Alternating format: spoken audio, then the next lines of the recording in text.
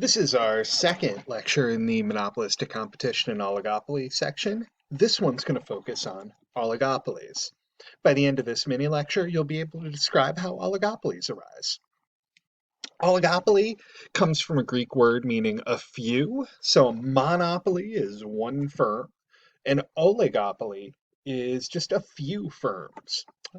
So a small number, big firms have most of the sales. They're always going to be interdependent, not independent, interdependent. So how much money you make is going to depend on what your competitors do. There are going to need to be some kinds of barriers to entry to create an oligopoly, otherwise somebody would come in and undercut the firms. But we'll also see some product differentiation occasionally. Kind of the classic example of an oligopoly is a gas station. A firm is selling gasoline, and gas is basically gas as far as we're concerned, and all pretty much runs the same.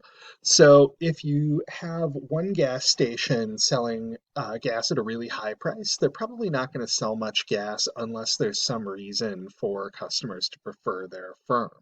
Maybe they're the closest one to the expressway. Maybe they're like Shell and they've got the detergents in their gasoline, and some people prefer to use that. But mostly firms are going to behave very similarly. Um, Although there's no single generally accepted model of oligopoly, we can model it using the theory of games. That is, where we have people interacting and their payoff depends not only on what they do, but on what their competitors do. We can also apply the same firm model that we've seen before. Marginal revenue equals marginal cost. But we need to keep in mind that demand and marginal revenue are in fact influenced by what other firms are doing.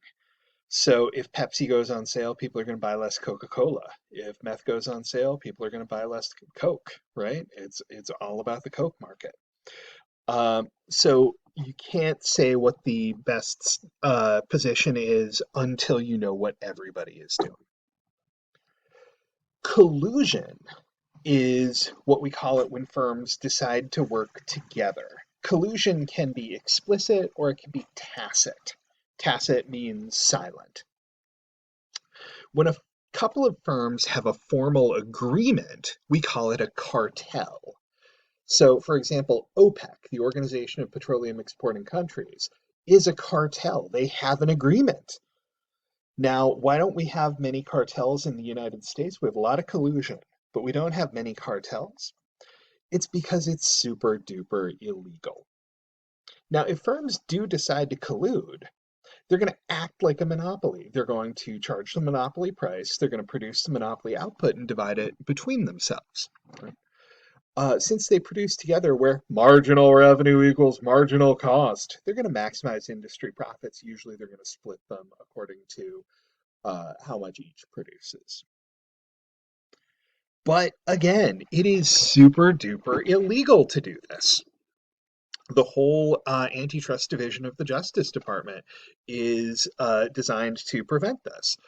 Problem is, it's very hard to find evidence. There was a great movie about this. It was called The Informant. It starred Matt Damon and a false mustache. There was also Scott Bakula. He was, peripherally involved as the deuteragonist in it.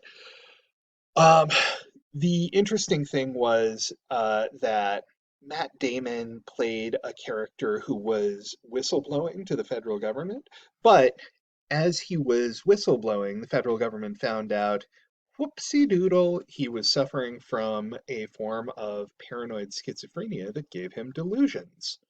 So all of a sudden, we got an unreliable narrator on our hands. So that was kind of the internal tension of the movie. Cartels have formal agreements, and as a result, they are basically providing evidence. It's like tape recording your crime spree, right? It's just asking the feds to come in and shut you down. Now, when oligopolists uh, cheat, they engage in something that we call cutthroat competition. right?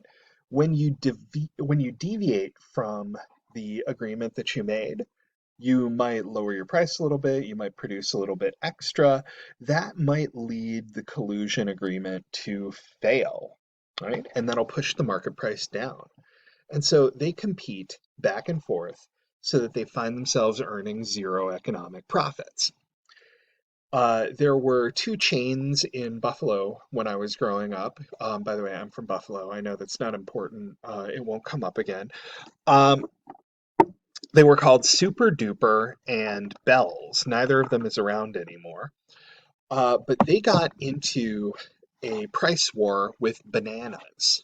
So they kept dropping the price of bananas. First, it was like a nickel for a banana. Then it was 4 cents for a banana. Then it was 3 cents. And then Super Duper would undercut Bells and go down to 2 cents. And Bells would go, okay, 1 cent per banana.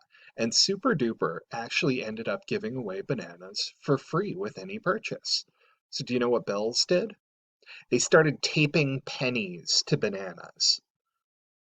This is cutthroat competition.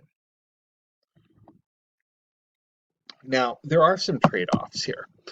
Monopolistic competition, super common, but oligopoly, probably the second most common market structure.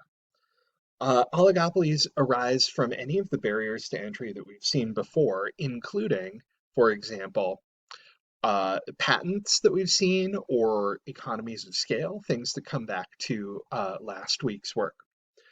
Um, Typically, they're going to operate at a level of output where price is greater than marginal cost, so they're going to be earning economic profits. Earning economic profit means not allocatively efficient, right? The only allocatively efficient market structure is going to be perfect competition.